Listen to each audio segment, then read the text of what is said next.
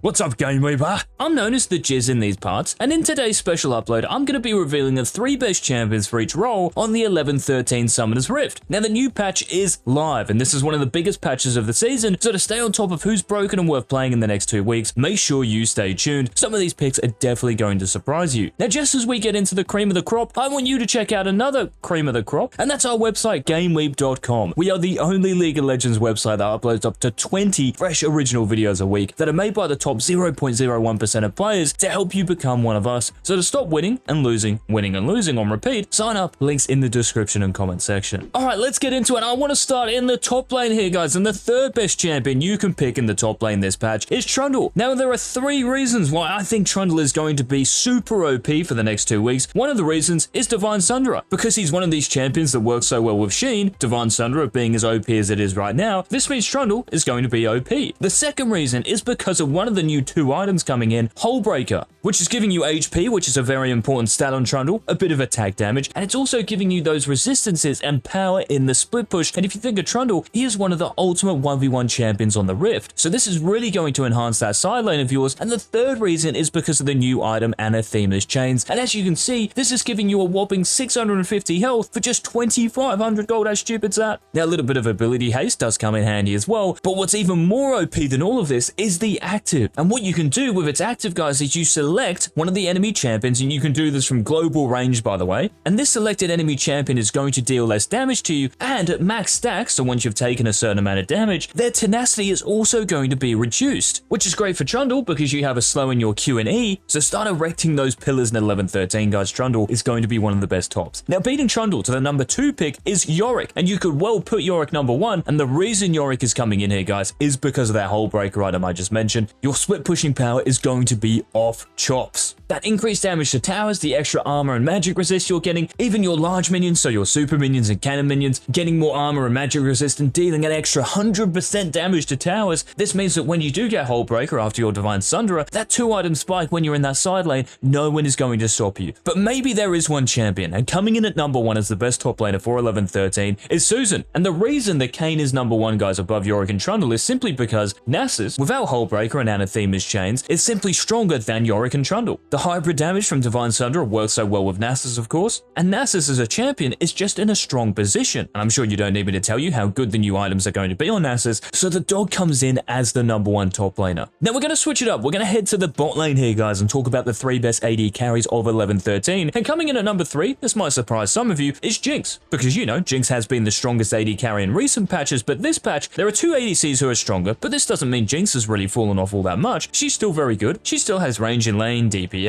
and with the popular Shirelia's battle song supports, even though this item did get nerfed, and we'll get into that very soon, Jinx with Lulu, Jinx with Karma, it's a very strong combination, so Jinx comes in at number 3. Now, at number 2 is Draven, who got buffed from last patch, and what happened was your Q's damage got buffed all around, and this is staying in the game, so that extra Q damage you're getting, it's all there. And because you max your Q first, you actually feel this a lot earlier than other champions and other buffs we've seen, and Draven's win rate as a result has increased by quite a bit. In fact, in high elo, he actually has one of the highest ADC win rates, all because of this one change. So Immortal Shieldbow Draven comes in at number 2. Now, the best ADC you can play for the next 2 weeks, guys, is Kog'Maw, and I talked about why Kog'Maw was strong in our builds video. The reason being is because of the current build that's so popular. Wit's End to start, Runon's Hurricane, and then Randuin's Omen. And I'm not trolling you, these 3 items are legit and make Kog'Maw an absolute powerhouse of a worm in the bot lane. In fact, the only worm that's stronger than him on the Rift is the Nash. So if you want to destroy your opponents with attack speed and on-hit, get around 11-13 Kog'Maw. Now let's head to the mid lane, guys, and talk about the 3 best champions coming in for 11-13. Now, coming in at number 3 is a champion who, well, after copping a lot of changes, we all thought she was going to be trash, but it turns out Akali is one of the better champions in the game right now. In fact, the best assassin. So if you're someone who likes getting kills in lane and then snowballing the whole map, you cannot look past COVID-19. The level 6 power spike, the synergy you have with Sorcerer Shoes and Rocket Belt, or Riftmaker, of course, if you're into a tankier foe. And even if you do lose lane, Akali's in such an OP state that even if you are 0-3, let's say, you can still one-shot the enemy AD carry. So if you want an assassin this patch, guys, Akali's the champion to do it on. I should also point out the Prowler's Claw change that, yes, has hit the Rift, and as you can see, the cooldown is up by 30 seconds. You could no longer dash to enemy minions or jungle monsters. It's just to enemy champions now, which is a massive cuck, and the lethality is down as well. So AD assassins, Zed, Talon, Kiana, these guys are definitely going to be a little weaker, which is why they don't appear in the top 3 here. Now, coming in at number 2, the runner-up to the best mid laner of 11-13 is Annie. And the same reason Akali is strong, Annie is still going to be powerful because of that synergy with Sorcerer Shoes and Hextech Rocket Belt. And a bit like Akali as well, it doesn't matter if you're 5-0 or 0-5, you're always going to have an impact in a game because of that ridiculous damage and because of that great ultimate, which can just solo carry team fights. So Annie comes in at number 2, who's been one of the most consistent mid laners all season in terms of,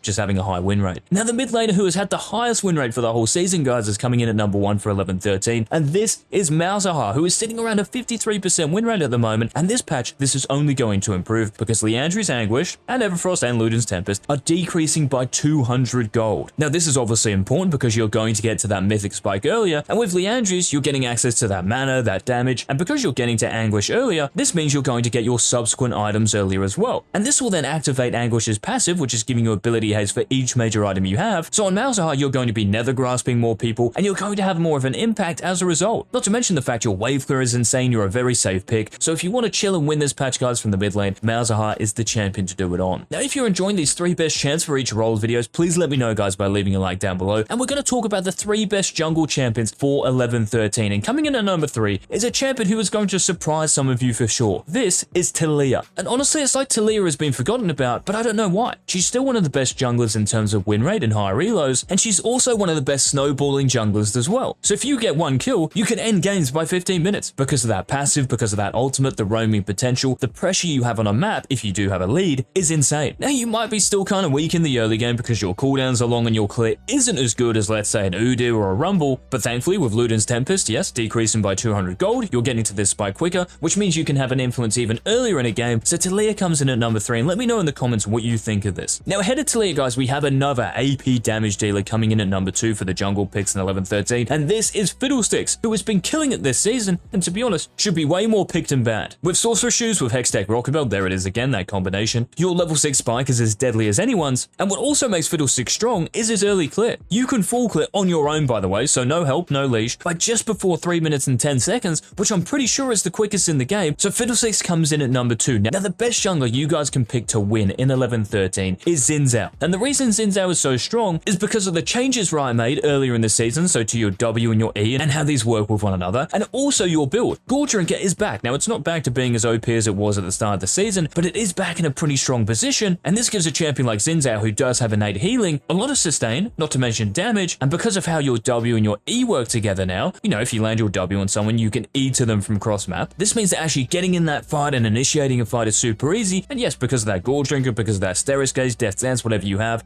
so much sustain and still a lot of damage to go ham and win games. So Xin Zhao comes in as the number 1 jungler for 11-13. Now, as we get into the 3 best supports, guys, for 11-13, and the number 3, by the way, is going to shock some of you. It is the Jizz's last friendly reminder for you guys to check out the GameLeap website. You know why? Because there are no Pro Guides ads on there. So if you want to escape the PG wrath, it is time to sign up. But no, seriously, all the League of Legends content that you need for this season is on the website, guys. Champion courses, champion guides, champion videos, VOD analyses from high elo. We have everything, and this is analyzed and given to you by the best. So sign up to give yourself the chance of maximizing your potential this season. Links in the description. Now, coming in at number 3, the best supports for 11-13 is Zyra, which may come as a surprise. Well, maybe not really if you're in silver and gold, because Zyra is one of the most annoying supports. But even in high reloads, what's funny is that Zyra has a super high win rate. Now, the recent changes, of course, help to Zyra herself. And in 11-13, with Liandry's Anguish decreasing by 200 gold, the fact you're getting to this earlier, and for supports, it can sometimes be hard getting to your mythic spike. So the fact this is attainable earlier in a game is great. This will result in you getting more kills, more assists, and just being able to carry games from that support role. So Zyra comes in at number 3. Now, coming in at number 2 is another champion who's on this list because of an item buff. And the buff that's coming to Moonstar and Ewer is going to push Sona into an even more OP position. The fact that your healing is going to be stronger, and the fact you're an AoE healer as well, this just amplifies that impact. So Sona comes in at number 2. Now, the best support for 11-13, this is going to come as no surprise to all of you, Lulu. And yes, Shurelya's battle song is getting nerfed, so the movement speed is down. But big deal, you weren't buying Shurelya's for the active. You're buying Shurelya's because you give you and your ally movement speed when you empower them. So when you W them, when you E them, when you ult them, you are giving them movement speed. And if you think about the best ADCs like Kog'Maw, Draven, and Jinx, who we mentioned, these guys with movement speed and a Lulu sitting next to them, it's impossible to get on them. And when that laning phase ends as well, guys, it's also great late game because you can empower Xin Zhao's, you can empower Camille's, you can empower Akali's, any heavy damage dealer you have on your team, you can help them out by giving that movement speed so they can jump onto the enemy backline. And this is why Lulu comes in as their number 1 support for 11-13. So those were the 3 best champions for each role in this patch, guys. Any thoughts, remember to leave them in the comments, and so you don't miss tomorrow's video, make sure you hit that sub button. This has been the Jizz, and until then, bye!